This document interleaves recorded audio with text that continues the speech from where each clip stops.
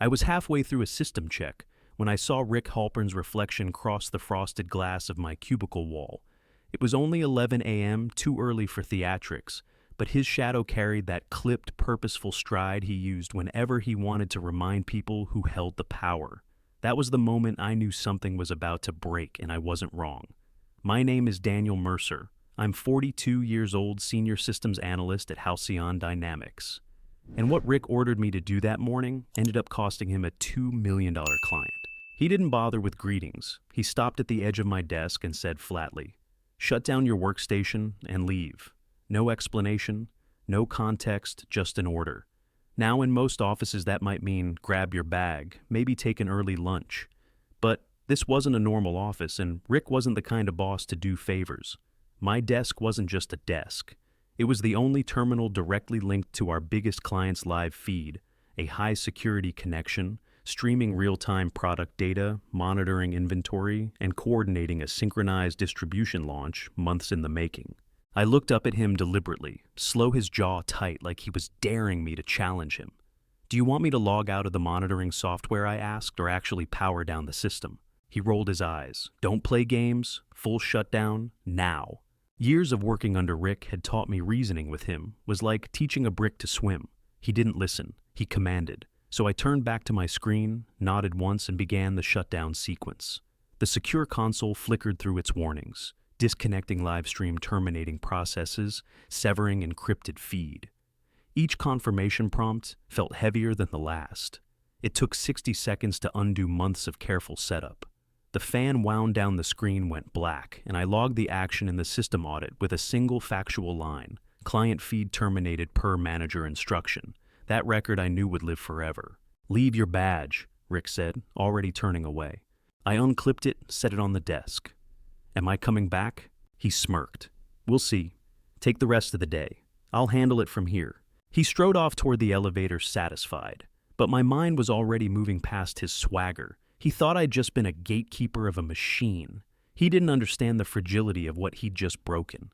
The live feed wasn't some switch you flipped on and off. It was encrypted with security keys that rejected improper reconnections. That terminal was the only authenticated point. Once shut down, the system required compliance reauthorization to reestablish trust. I'd warned him of that more than once. He called it territorial. I called it keeping our contract alive. Out of habit, I checked the status from my personal device. Offline, completely dark. And with the client's product launch set to trigger in 2 hours, every minute offline pushed them closer to chaos. Their marketing campaign, their distributors, their entire launch machine, all of it synchronized with signals only my terminal could send. I walked past reception, keeping my pace steady. Heading out early, the receptionist asked. "Something like that," I said with a small smile. The elevator opened. I could have gone home, let the disaster detonate unseen. But truthfully, I wanted to see it, to watch the fallout land exactly where Rick had aimed the trigger. So I went down one floor to the cafe overlooking the lobby, ordered a coffee, and waited. 25 minutes later, Rick returned from lunch. His tie was loose, phone in one hand, coffee in the other. He looked relaxed, like a man who thought he'd just made a decisive power move. He didn't see them at first. Marcus Bell, our COO, and Lauren Patel, the client rep, waiting right in front of the reception desk. Their faces were tight with urgency. I couldn't hear the words, but I saw Marcus lean in his posture, sharp as steel. Lauren's phone screen was angled toward Rick like evidence in a courtroom. I could imagine the headline scrolling across her mind: "Critical system offline. Launch jeopardized." Rick froze mid-step, the coffee cup wobbling in his hand. From my spot in the cafe, I sipped mine calm. This wasn't gloating. Not yet. Just recognition. The moment he'd chosen arrogance over caution, the collapse had already been written. Before I go deeper, let me pause, because I know some of you have seen versions of this play out in your own careers. If you've ever had a boss ignore every warning sign and then act shocked when it all exploded, drop a like or comment where you're listening from. It helps me know I'm not the only one telling these stories. Through the cafe window, I watched Rick get ushered toward the elevators by Marcus and Lauren, their conversation sharp, clipped his face, draining color by the step. They were headed straight for the server room, my old floor, my old desk. I didn't need to guess what they'd find. The audit log didn't lie. The feed wasn't coming back on his timeline. And that was just the first crack. The real collapse hadn't even started yet. From the cafe window, I could still see the elevator doors slide shut behind Rick, Marcus, and Lauren. The steam rising from my cup curled like a fuse burning slow. I knew what they were about to discover in that server room, and it wasn't something you could smooth over with charm or excuses. They were about to face the fact that shutting down that terminal didn't just pause a process, it severed the artery of a $2 million contract. By the time I wandered back upstairs, the atmosphere had shifted. Conversations had dropped into whispers, and people were huddled in small clusters like nervous jurors. You can feel when something is wrong in an office. The air gets thinner, tighter, like everyone's waiting for an explosion. 2 junior analysts stood near the printer speaking low. One spotted me and straightened. "Hey, I thought you left," she said. "Grabbed a coffee," I replied evenly. "What's going on?" They exchanged a glance. "The feed's down," the other whispered. "The client's here. Rick's in the server room with Marcus, and it doesn't look good." I gave a small sympathetic nod, the kind you use when pretending to be surprised. Inside, I was already replaying the warnings I'd sent months earlier, emails with bolded lines about compliance protocols, Slack threads where I'd explained twice why the terminal had to remain under a single authenticated user. The encryption keys weren't transferable, disconnect improperly, and the client servers would refuse any new handshake. That wasn't me being territorial, it was the system's design. I'd spent weeks documenting everything, but Rick never read more than the first page. "You people love to make this harder than it is," he'd said once, laughing. He thought security was optional. He called my caution gatekeeping. Now the gates were locked, and he was the one left outside. Through the glass walls of the conference room, I caught sight of Rick, pacing with his hands on his hips. Marcus stood by the table phone, pressed to his ear jaw, set in granite. Lauren sat stiffly across from them, arms folded, gaze fixed on Rick, like she was drilling holes into him. I didn't need to hear the words to know the script. The client had a synchronized launch scheduled to fire in under 2 hours. Their distributors were waiting on live signals from our feed. Their marketing campaign was already rolling. Every minute offline was money bleeding into the carpet. And Halcyon's audit logs.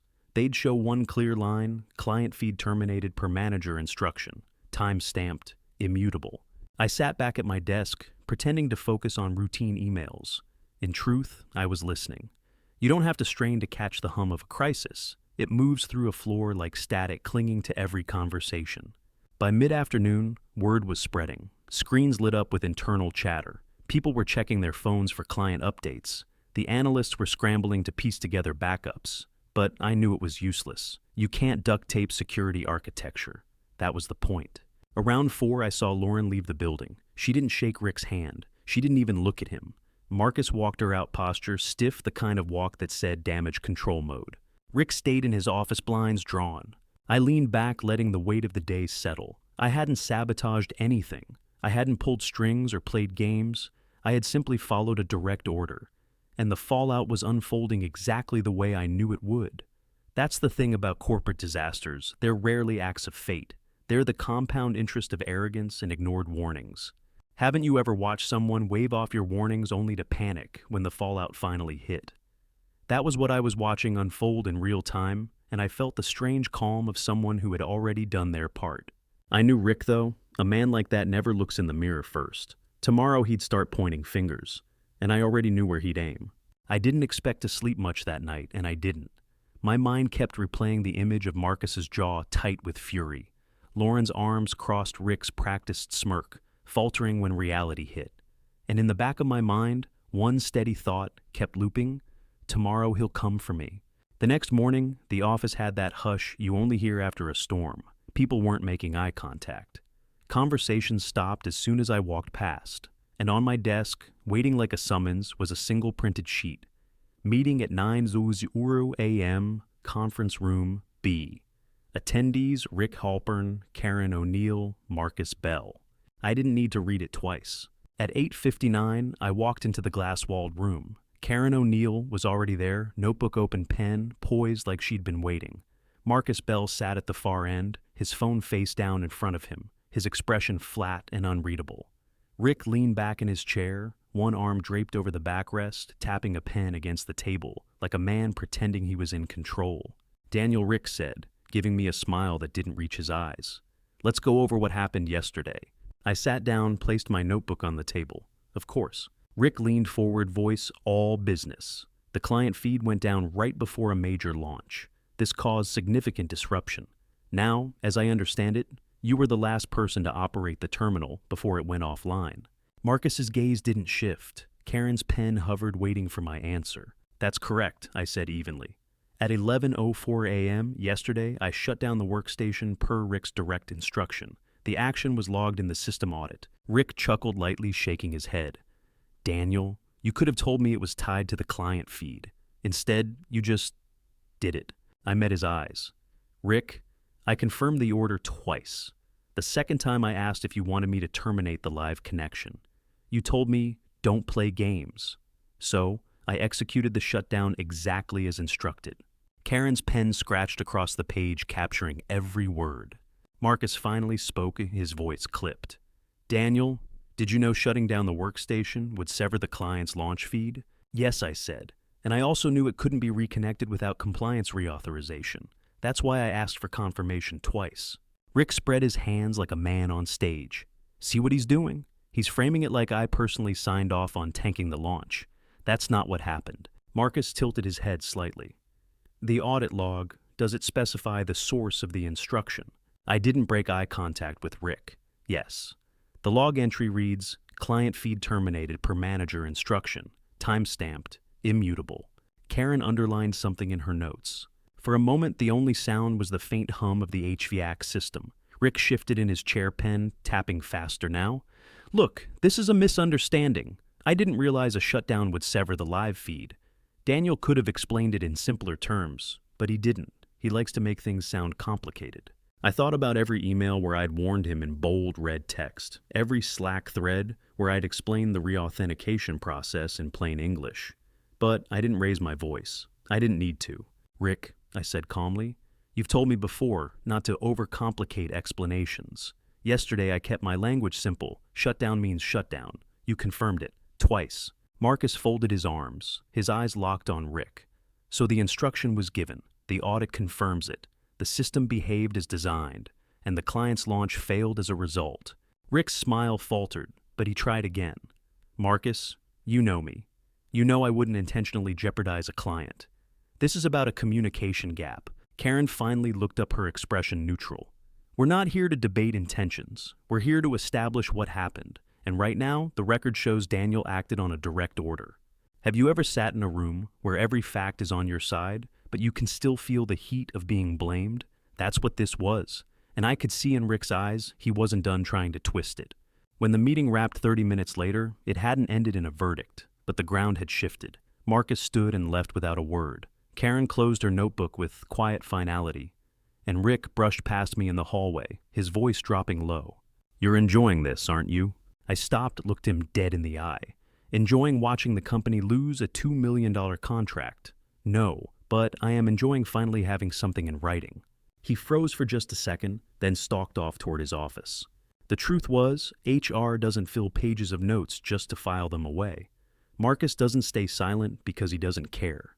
They were building a record brick by brick, and Rick had just handed them the mortar. The real question wasn't whether Rick would try to shift blame again. It was how far he'd go to save himself once the CEO got involved. And that moment was coming faster than he realized. By the time Charles Vance called the meeting, the temperature in the building had shifted from rumor to reckoning.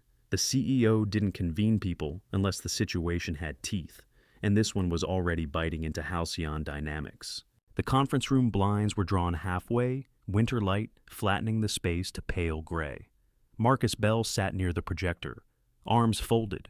Karen O'Neill had her legal pad open, 3 pens lined up neatly beside it. Rick Halpern was already in the room, seated at the far end, his posture too stiff, his smile too practiced. I slipped into a chair along the side wall, notebook ready. Charles entered last. He didn't waste time. He set a folder on the table, glanced at Marcus. Show it. The projector flickered on, scrolling through a sequence of audit logs. Routine entries ticked past like metronome clicks. And then the line sat there in stark black text, simple as a knife, 11:04:17 client feed, terminated per manager instruction. Charles didn't raise his voice. He didn't need to. Explain why that instruction was given. All eyes turned to Rick. Rick cleared his throat, adopting a reasonable smile. We were consolidating control of key systems. The terminal was owned by one employee. That's not scalable. I believed a shutdown was standard housekeeping. Marcus's reply was sharp, almost surgical. It was the only terminal authenticated to the client's live feed.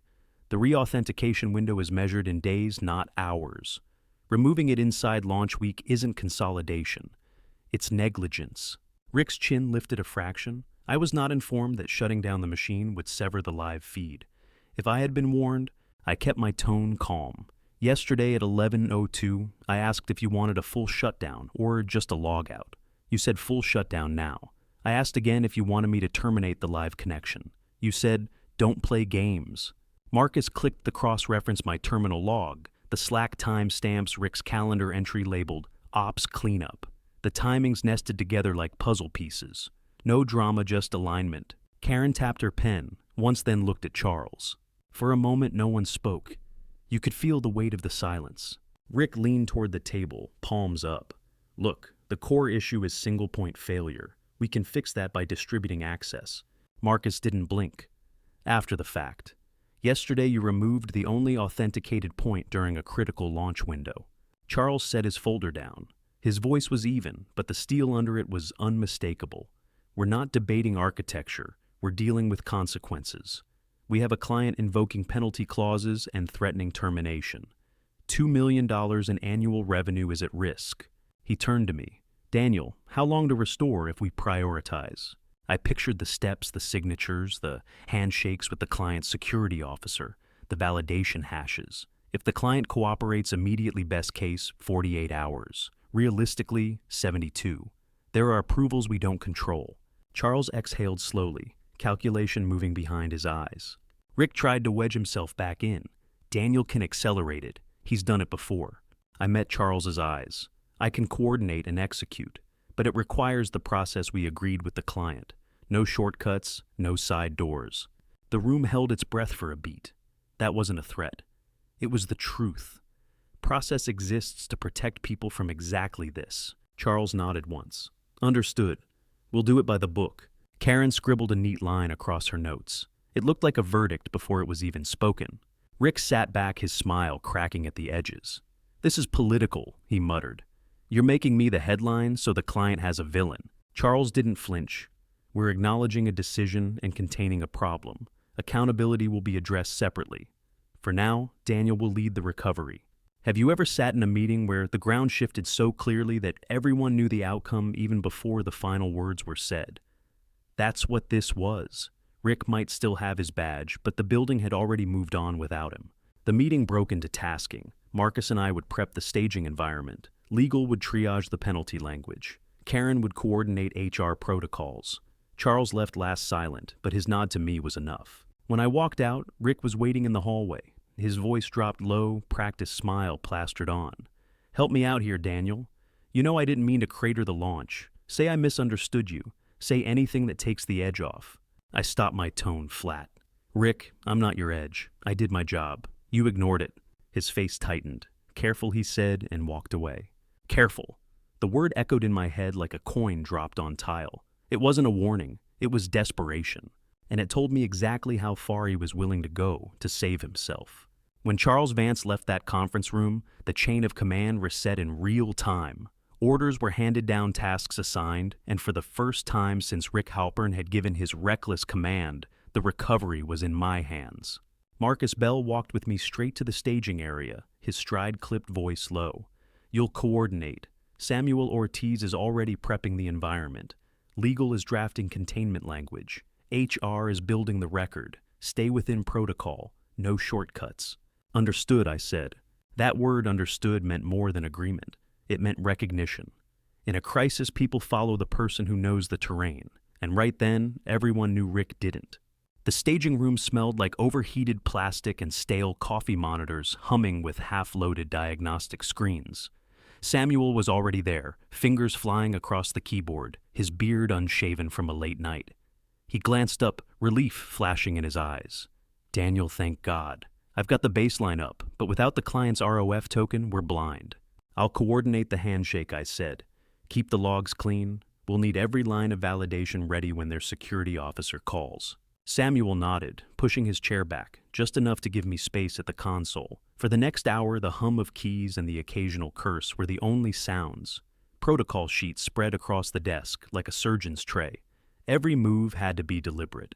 Around noon, Karen O'Neill stopped by, her notebook tucked under one arm. She didn't step into the room. HR rarely intrudes on the operations floor during a crisis, but her eyes lingered on me.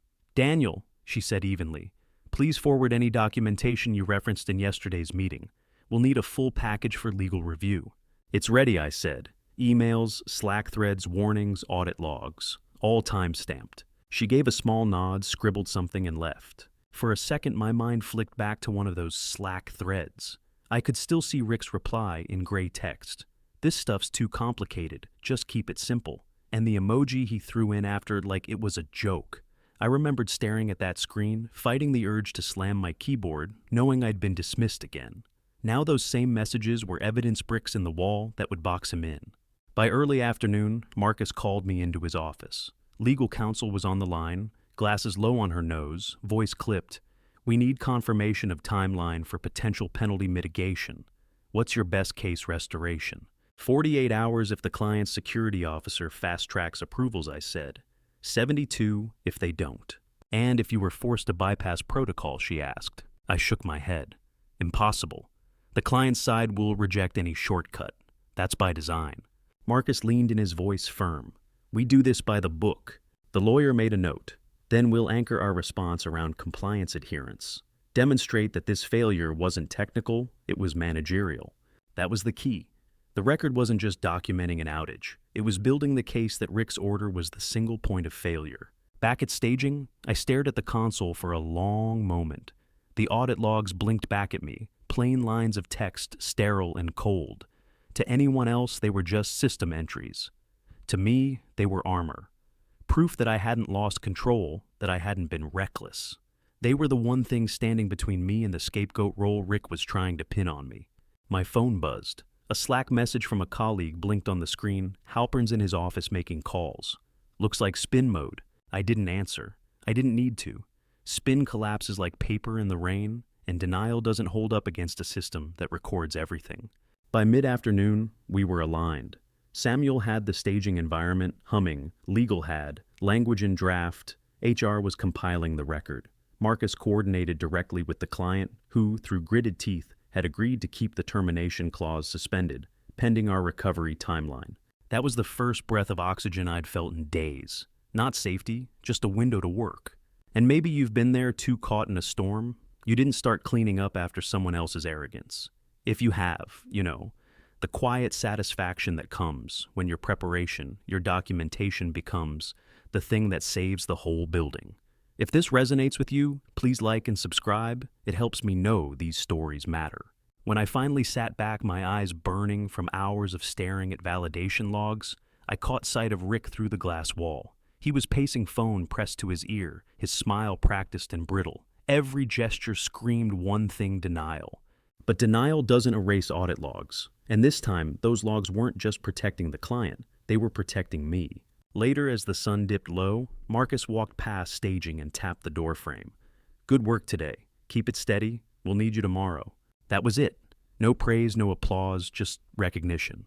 In this world, that's more valuable than anything else. I stayed late running test packets, letting the hum of servers steady my pulse. The building emptied around me, but I didn't leave. Not yet. Because I knew the next step wasn't just recovery, it was reckoning. The next morning, I arrived early. The office was too quiet, that strange silence you only hear when people know something heavy is about to drop. On my desk was another calendar, hold to 0 a.m., accountability review. Attendees: Charles Vance, Marcus Bell, Karen O'Neill, legal, Daniel Mercer, Richard Halpern. I sat back in my chair, staring at the subject line. Accountability review. That wasn't window dressing. That was the kind of title that ends careers. At 9:45, I saw Rick pacing inside his office phone, glued to his ear, his free hand slicing the air as he talked. His blinds were open this time, as if he wanted to be seen, as if visibility meant legitimacy. A few junior staffers walked past, pretending not to look. Everyone knew what was at stake. When I walked into the conference room, the air was heavy with quiet anticipation. Marcus sat stiffly at the table legal counsel, flipping through a packet of printed emails. Karen had her notebook ready, her pen lined up like a scalpel. Rick sat 2 seats down, from me posture, perfect suit, freshly pressed smile, so polished it hurt to look at. Charles Vance entered last. He didn't sit right away. He stood at the head of the table, scanning each of us in turn, his silence more effective than any opening speech. "Let's set the record," he said, finally voice level. "Marcus, start." Marcus didn't waste time. Client impact launch delay, penalty clauses invoked potential annual loss of $2 million. Root cause analysis terminal shutdown order. Audit log entry. Client feed terminated per manager instruction, 11:04 a.m. Legal, added, supporting documentation has been verified. Emails, Slack threads, audit entries. All corroborate the sequence. Charles turned his gaze to Rick. "Your explanation." Rick sat forward, hands clasped. This was a breakdown in communication. I asked Daniel to consolidate access. I believed we were talking about logging out of a session, not severing a live feed. I wasn't informed the system would react that way. It was almost impressive how smooth he sounded. Almost. Karen tapped her pen against her pad. Mr. Halpern Daniels' notes show he confirmed the action twice. Once at 11:02, once again at 11:03. Both times he specified, "shut down." "Do you dispute that?" Rick's smile didn't falter. "I don't recall the exact phrasing. What I recall is being under significant time pressure and relying on staff to provide clarity. That clarity was lacking." Charles's eyes flicked to me.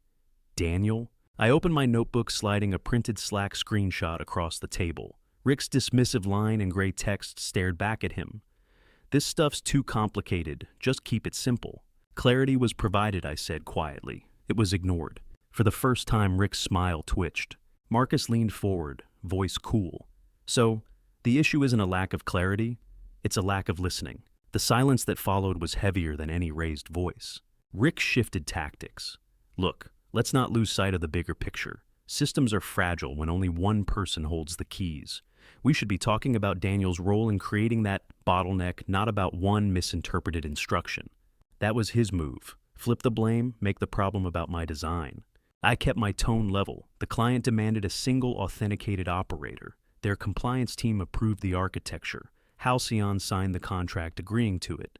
I didn't create the bottleneck. I enforced the client's requirement. Legal nodded, slowly making a note.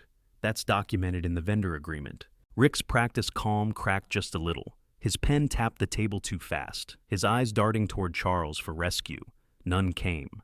Charles folded his hands. "Mr. Halpern, this isn't about architecture. This is about accountability. And right now, every log and every record points in one direction." Rick opened his mouth, closed it again. For the first time since this started, he looked smaller. And even as I sat there watching the net tighten around him, a part of me still wondered, would it matter I'd seen scapegoats picked before? What if, despite every line of proof, they decided it was easier to pin this on me? That doubt sat heavy in my chest, even as I held the paper proof in my hand. My mind flashed just for a second to the last time Rick dismissed me in a meeting, laughing off a compliance slide I'd built, waving it away in front of the team. "Too much detail, Mercer. Don't bore people." The memory burned. Now those same boring details were the knife at his throat. Have you ever sat in a room where someone finally realizes the walls are closing in? It's not loud. It's not dramatic. It's quiet, too quiet. And if you've been on the other side of that silence, you know exactly how heavy it feels. When the meeting adjourned, nothing was announced formally, but the writing was on the wall. Karen gathered her notes with clinical efficiency. Marcus walked out without looking at Rick. Charles left last, his silence a verdict all on its own. I stayed behind for a moment, staring at the Slack printout still on the table. A scrap of paper ink on white, but it carried the weight of months of ignored warnings. That little rectangle was more than evidence. It was proof that I hadn't been crazy, that I hadn't been overcomplicating things. And it was proof that Rick had underestimated the one thing he couldn't spin the record. By the afternoon, whispers moved through the floor like static. Halpern's in trouble. HR's circling. Legal's building a file. People didn't say it out loud, but everyone knew. Rick passed me in the hall around 4. He didn't stop, didn't smile, just muttered under his breath as he went by. "This isn't over." I kept walking. He was right. It wasn't. The recovery would take days, but his reckoning had already started. By the time dawn rolled across the city, I was already at my desk, eyes burning from a night spent staring at validation logs. The recovery window was narrow, and every hour mattered. Marcus Bell wanted status pings green by noon. Samuel Ortiz was already back at the staging console, nursing a mug of coffee that looked as stale as he did. "You look like you never left," he said. "I didn't," I replied, sliding into the chair beside him. We compared notes quietly, line by line. The ROF token had cleared late last night, which meant today we could finally run handshake packets against the client's system. If the validation hashes aligned, we'd have our first real proof the recovery was viable. At 9:02, Marcus stepped into the staging room's suit jacket draped over one arm, his phone buzzing every few minutes. "Where are we?" Samuel gestured to the screen, handshake sequence cued, waiting on client-side approval. Marcus nodded, once then looked at me. "You're running point. Keep legal updated every step. No surprises." "Understood," I said. The sequence began. Each line of text scrolling across the console felt like a heartbeat. Green meant life. Red meant collapse. I sat forward, pen tapping against the checklist I'd built a simple sheet of paper, but to me, it carried the weight of $2 million and every ignored warning I'd ever sent. By 9:17, the first validation hash came back clean. Samuel exhaled hard, running a hand over his face. "That's one." I marked the box with deliberate pressure, my pen nearly tearing the page. At 9:42, the second hash cleared. By 10:15, the third. The room felt like it was breathing again. But recovery wasn't just technical, it was political. Because while we worked, Rick Halpern was circling. He appeared in the doorway just before lunch. Tie-perfect voice, casual.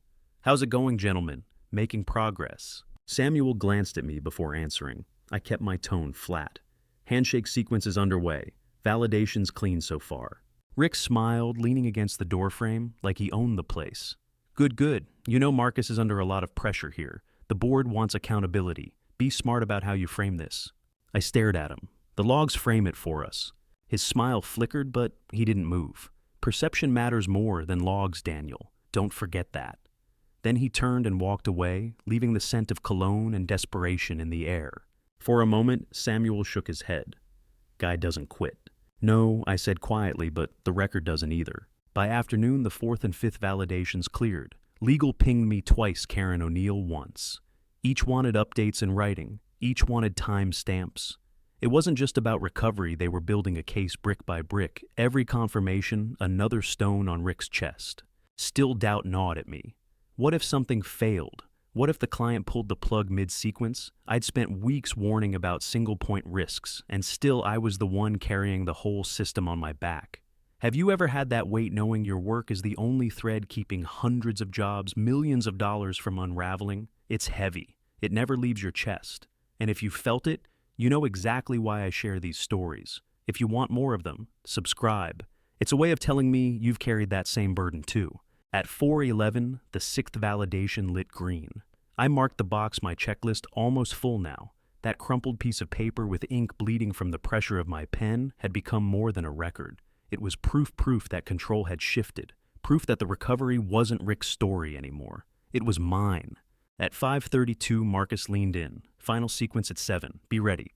I nodded, though my body ached from fatigue. My eyes drifted back to the checklist. One box left. One symbol that meant the difference between survival and collapse. Through the glass, I saw Rick again. This time, he wasn't smiling. He was standing by Karen's desk, his voice low, gestures sharp, trying one last time to spin. Karen's expression didn't change. She just wrote notes. By 6:04, the office felt like it was holding its breath. Phones rang softer, conversations dropped.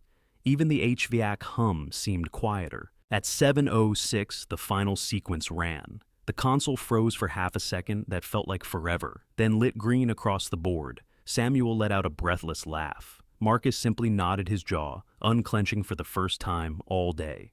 I looked down at my checklist. Every box filled ink smudged where my hand had pressed too hard. A scrap of paper, but in that moment, it felt like a verdict. The client's COO, Lauren Patel, sent a 2-line email minutes later, validation confirmed. Continue recovery, termination clause suspended. The room didn't cheer. Real life doesn't work like that. People just nodded quietly, relieved. I folded the checklist, slid it into my notebook. not as a trophy, but as armor, because I knew Rick wasn't done fighting, and the next move he made would either save him or finish him. The morning after the last validation cleared, the building felt different. The panic had quieted, but not in a way that meant safety. It was the quiet you hear after a storm when everyone's waiting to see what damage is left behind. At 8:15, I opened my inbox to find a new invite, 11:00 a.m., review and accountability. Attendees: Charles Vance, Marcus Bell, Karen O'Neill, Legal, Daniel Mercer, Richard Halpern. Another accountability meeting, but this one wasn't about logs or system checks. I could feel it in the wording. Review and accountability. Those weren't recovery terms. Those were terms you use when you're drawing a line under someone's career. Samuel Ortiz stopped by staging with a paper cup of coffee. "Congrats, man. The system's stable. You should feel good." I managed a smile, though the truth was more complicated. Yes, the system was back. But systems don't hold grudges. People do. And Rick wasn't done yet.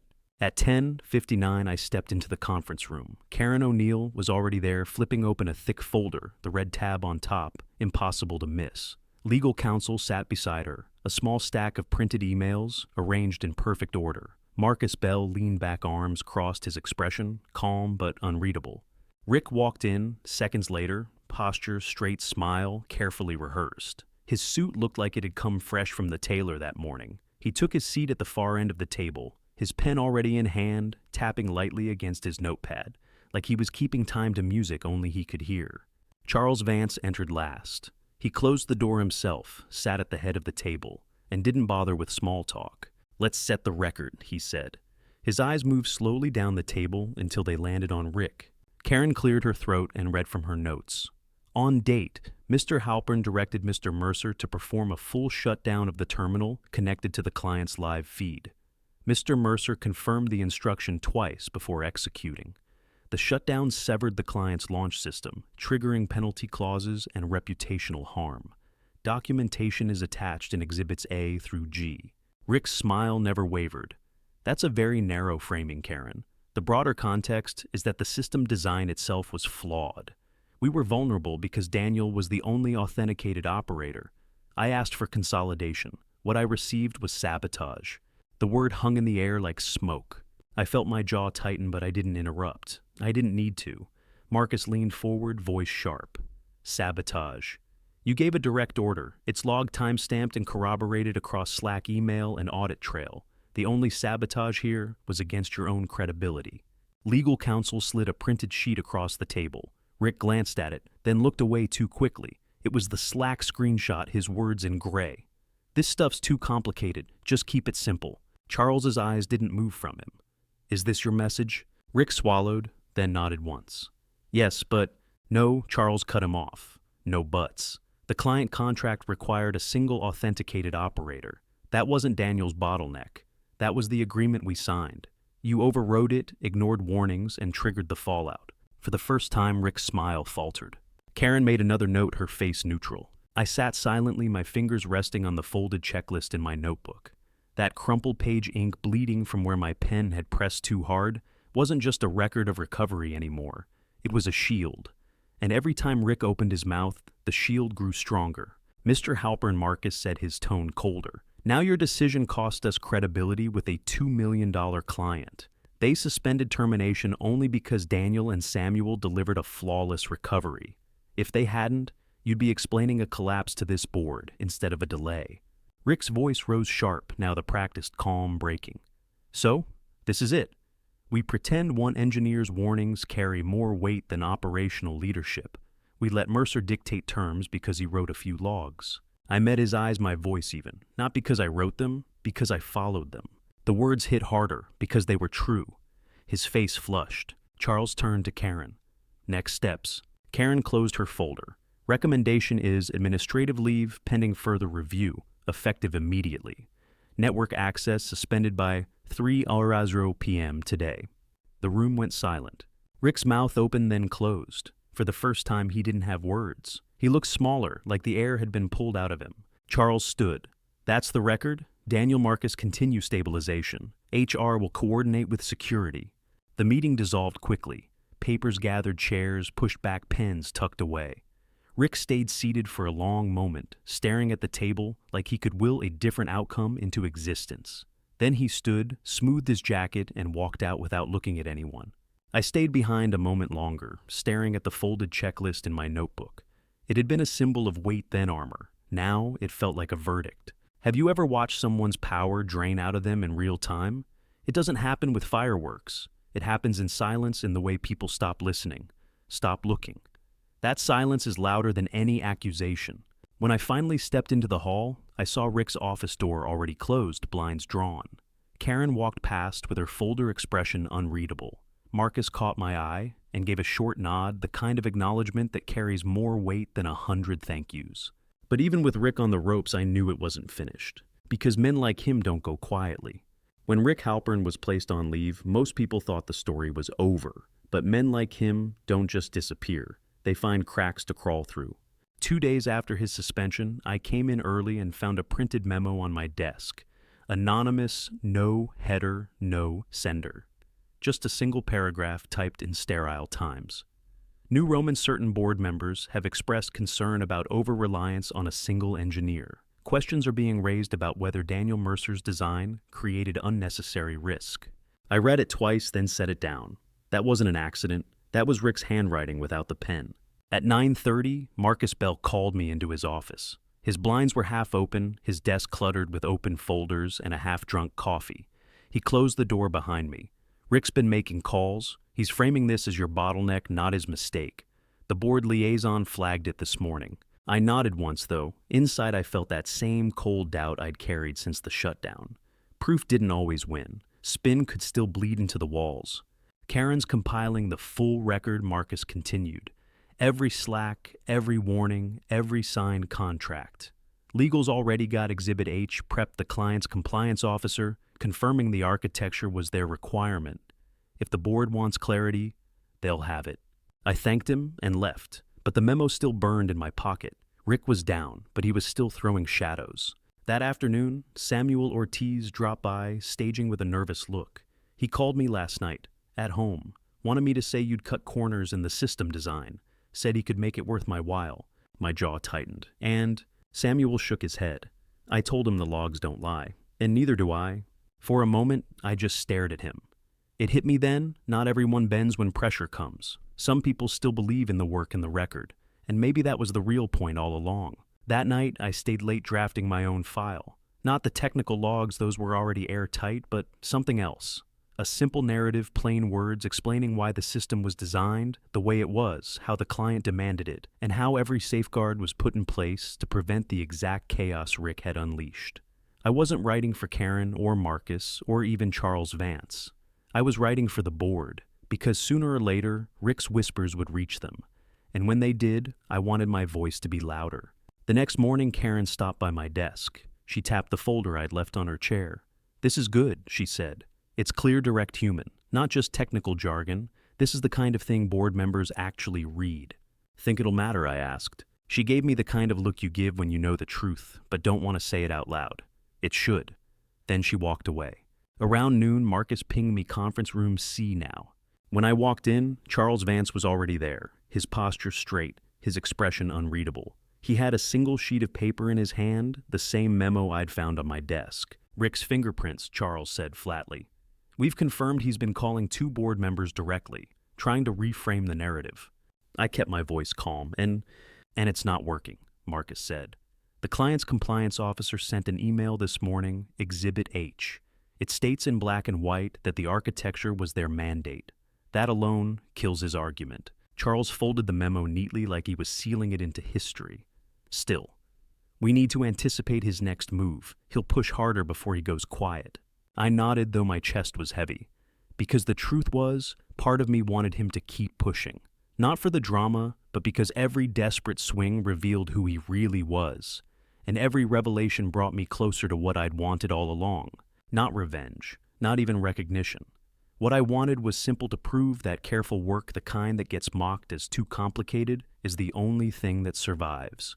That night, I sat in the empty office, the building humming around me, and pulled out my folded checklist. The ink was smudged, the corners bent, but every box was still marked. I thought about the nights Rick had laughed at me for documenting everything called me territorial, called me rigid.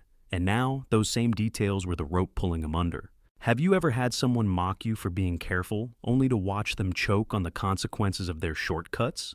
It's not joy you feel when it happens. It's something quieter, something heavier, a kind of justice that doesn't celebrate it, just settles the score. At 11:04 p.m., my inbox pinged with a copy of the board agenda for the next day. One line stood out, Executive Conduct Review, Richard Halpern.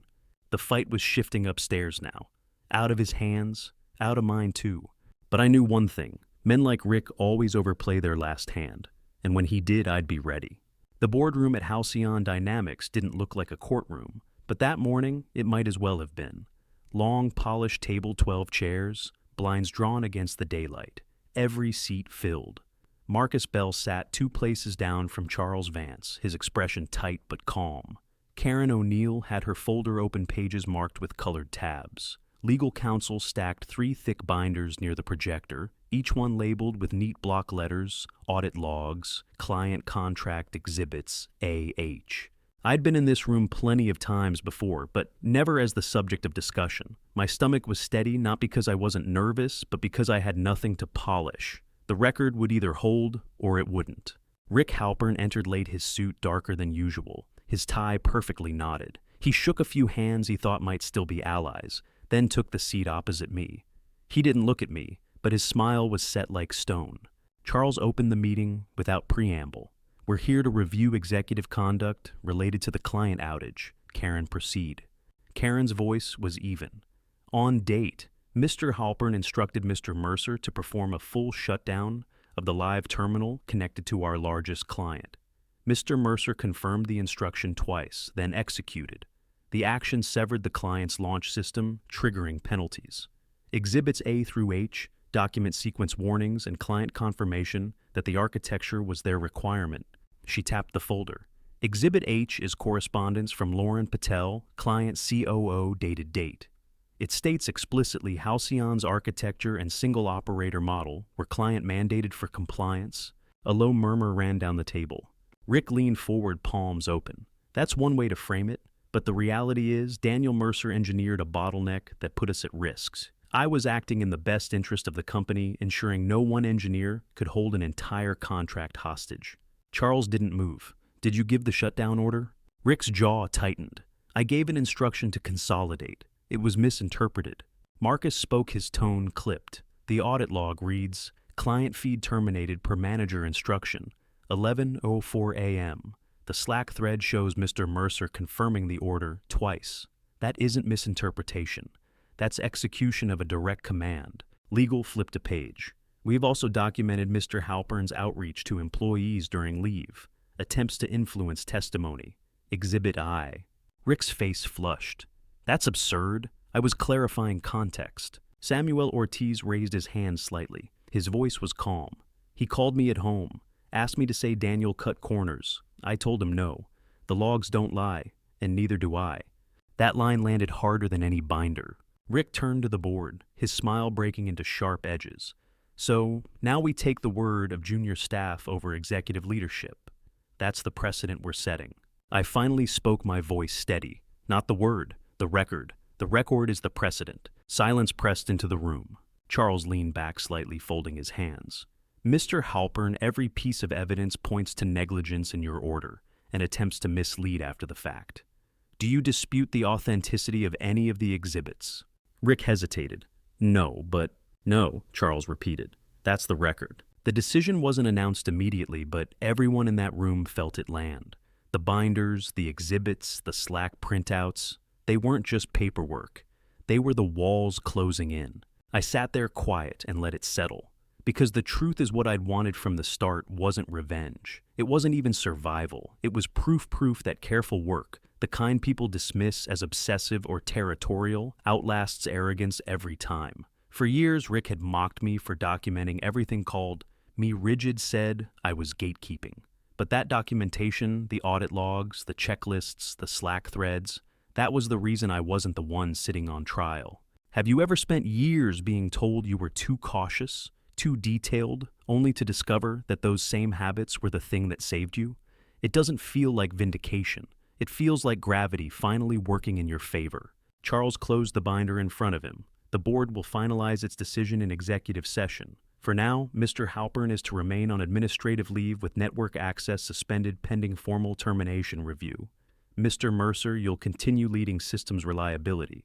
Rick's pen tapped against the table too fast. His smile was gone. He glanced at me for the first time that day, his eyes sharp with something between fury and desperation. "Careful," he muttered under his breath as the room began to empty. I met his gaze. I am. The lines that stay with you aren't the loud ones. They're the ones that are true. When I left the boardroom, the hallway felt brighter, though the blinds were still drawn. Marcus caught up to me, his tone low. "Good work in there. You let the record speak." I nodded, but inside I felt something heavier. Because the truth was, it wasn't over yet. Rick had allies, or at least people he thought he could still sway. And desperate men with nothing to lose are the most dangerous. That night I stayed in the office long after the floor emptied. I unfolded my checklist again, smoothing the creases, the ink smudge from my own hand. It had started as a technical safeguard. It had become armor. Then verdict. Now sitting there under the cold office lights, it was something else. A reminder. The record wasn't just my shield, it was my voice. And for the first time in years, it was louder than his. But I knew Rick Halpern wasn't done. He never went quietly. And if he had one last card to play, it would come soon. Rick's suspension should have ended it, but men like him rarely stop when the ground falls out. They claw for something to grab, even if it drags them down faster. The day after the board review, I walked into the office to find the air buzzing. Not the quiet hum of recovery work, but the charged static of gossip spreading too fast. Someone had forwarded me a link to a trade blog headline splashed in bold, Halcyon engineer, blamed for 2 hours client outage. The article quoted an unnamed executive source framing me as the architect of a single point of failure. Rick's fingerprints again, but this time he hadn't even bothered with subtlety. By 9:00, Karen O'Neill was in my doorway folder, tucked under her arm. "We saw the article," she said. "Don't respond, don't comment. Legal's already drafting a takedown request. The board's furious leaking during review is a policy violation on its own." Her voice was calm, but her eyes gave her away. She'd seen plenty of executives implode before. Rick was adding new chapters to the manual. At 10:15, Charles Vance called an emergency meeting. The blinds were open this time, daylight pouring across the table, as if the room wanted every word exposed. Marcus sat with his usual composure, Legal had a stack of printouts from the blog, and Karen had her notes lined with red tabs. Rick came in late again, but this time, the smile looked brittle like glass that had already cracked. Charles didn't bother with small talk. "Mr. Halpern, did you provide statements to the press?" Rick leaned back, trying to summon his old confidence. I spoke off the record to clarify context. The narrative was being skewed. I had to defend the company. Marcus cut in sharp. "Defend the company by throwing one of your own people under the bus during an active review. That's not defense. That's sabotage." Rick's jaw twitched. Mercer's design was flawed. I finally spoke voice level. The client mandated it. That's documented. Exhibit H Patel's email. You know that as well as I do. Rick turned toward me, eyes hard. "You think hiding behind process makes you untouchable? You built a trap, and now you're proud it caught me." I kept my tone even. I built safeguards. You ignored them. That's not a trap. That's gravity. His face flushed, but before he could answer, Karen slid a printed Slack transcript onto the table. "We pulled this from 2 nights ago. Rick contacted another manager suggesting edits to incident notes that would shift blame onto Daniel. That alone is a violation of compliance policy 4.7. Legal added quietly, "That's grounds for immediate termination under executive conduct standards." Silence wrapped the table. Rick looked around searching for allies, but no one moved. Even Samuel, usually quiet, spoke up. Every safeguard Daniel wrote down, every warning he logged, I watched him do it. The only reason we recovered at all was because those notes existed. Without them, we'd still be dark. Rick tried to laugh, but it came out thin. So, now the story is Mercer the savior, Halpern the villain. That's too neat. Charles leaned forward, his voice calm but final. "No. The story is Mercer documented you dismissed, and the client nearly walked. That's the record. And the record doesn't bend to spin." Rick's shoulders dropped. For the first time, he didn't argue. The board's decision was formalized that afternoon. Termination for cause, effective immediately. Access revoked, severance withheld, security escort required. HR didn't need to dramatize it. The words alone carried their own weight. I didn't cheer, didn't smile. Watching someone's career collapse isn't fireworks. It's quieter than that. The sound of a door closing, a badge turning from green to red. That evening, as the office emptied, I pulled out my folded checklist one last time. The paper was worn thin at the edges, ink faded from where my thumb had rubbed it over and over. Once it had been a burden, then armor, then verdict. Now it was something else entirely. Proof that details matter, proof that process protects, proof that arrogance always writes its own ending. I thought back to the first time Rick laughed at me for logging every minor action. Too complicated, he'd said, smirking. You're territorial. You make it sound harder than it is. And now, here we were. He was gone. The logs remained.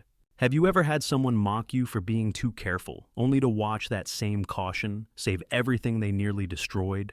It doesn't feel like revenge. It feels like inevitability. Before I left, Marcus stopped by my desk. Board signed the termination, he said simply. It's over. I nodded. No, it's documented. Because in the end, that's what mattered. Not revenge, not vindication. Just the record standing longer than spin ever could. The day Rick was escorted out the building didn't cheer. There was no applause, no whispered celebration. Security walked him past the glass walls, his badge already dead, his phone silent. A few heads lifted, then dropped like people peeking at an eclipse they weren't supposed to stare at. And just like that, he was gone. I sat at my desk, watching the green lights blink steady on the restored console. The system was humming, the client secure, the contract still breathing. On paper, we'd won. In reality, it didn't feel like victory. It felt like maintenance, like patching drywall after a storm, knowing the damage had already been done. Karen O'Neill stopped by before she left. She tapped the edge of my monitor where the system dashboard glowed. Not everyone would have held their ground the way you did, she said. The record carried you, but you carried it first. Then she was gone, her heels clicking against the tile. Marcus Bell sent me a short Slack that night. Good leaders don't shout. They keep the lights on. You kept the lights on. I stared at it for a while before closing my laptop. The truth is, I didn't feel like a leader. I felt like someone who'd spent months fighting gravity and finally let go long enough to watch it do its job. I hadn't set Rick up. I hadn't engineered his fall. I just documented what was always there. He supplied the rest. Still, there were costs. Lauren Patel, the client COO, had been polite but distant ever since the outage. We saved the contract, but the trust was thinner, fragile in ways that don't show up in quarterly revenue reports. Inside the company, people looked at me differently now. Not better, not worse, just different. Like I was proof of something they weren't sure they wanted proven. I pulled my folded checklist from my pocket edges, soft ink fading. It had followed me through every meeting, every showdown, every long night where I thought the walls might close in. What started as a safeguard had become a lifeline, then armor, then verdict, then proof. Now sitting in my quiet office, it was just paper, a reminder that small tedious things, documentation, caution, detail, outlast bravado, every time. Rick once laughed when I insisted on keeping those logs, called me territorial, said I was gatekeeping. Now his name was gone from the directory, and those same logs were the reason the company still had a contract. Sometimes the things people mock you for are exactly the things that end up saving you. Have you ever realized that the habits others dismissed, being too careful, too detailed, were the only reason you survived? It's not joy you feel. It's not triumph. It's a quiet, heavy clarity. The board offered me the director role formally 2 weeks later. Interim, no more. A title, raise a retention bonus. I accepted not because I wanted Rick's office, but because I wanted to make sure the next system wasn't built on shortcuts. Titles don't erase scars, but they do give you a seat at the table where scars can be prevented. I saw Rick once more months later by accident. A networking event downtown, one of those hotel ballrooms where everyone wears name tags and smiles too wide. He looked older, thinner, but his suit was still pressed. He caught my eye across the room, and for a second his expression flickered, anger, shame, maybe both. He didn't come over. Neither did I. Some stories don't need sequels. Back at Halcyon, Dynamics life moved on. Systems stabilized, new hires came in, projects launched. Samuel Ortiz was promoted to lead his own team. Karen kept HR steady. Marcus and I rebuilt the access model, making sure no single person, not engineer, not manager, could ever sync a client feed again. And me, I kept documenting, kept logging, kept carrying the checklist, though eventually it lived in a drawer instead of my pocket. Because here's the truth. Revenge doesn't look like headlines. It doesn't look like champagne. It looks like steady green lights on a console at midnight. It looks like a board agenda line struck through because the issue is closed. It looks like knowing the person who called you territorial is gone and you're still here. That's what I wanted all along. Not his destruction, not applause, just proof. Proof that careful work survives arrogance. Proof that the record outlasts the spin. Proof that truth, quiet as it is, always finds its way to the surface. When I left the office that night, the city was quiet, streets slick from a late rain. I looked back once at the lights glowing from the upper floors, and I thought about everything it had cost. Time, energy, trust, maybe even pieces of myself I wouldn't get back. But the system was up. People were paid. The company survived. And Rick Halpern. He was just another line in the audit trail now. Maybe that's the real story, that arrogance writes its own ending. What do you think? Have you seen arrogance collapse under its own weight? Tell me in the comments, because stories like this don't just happen to me. They happen everywhere.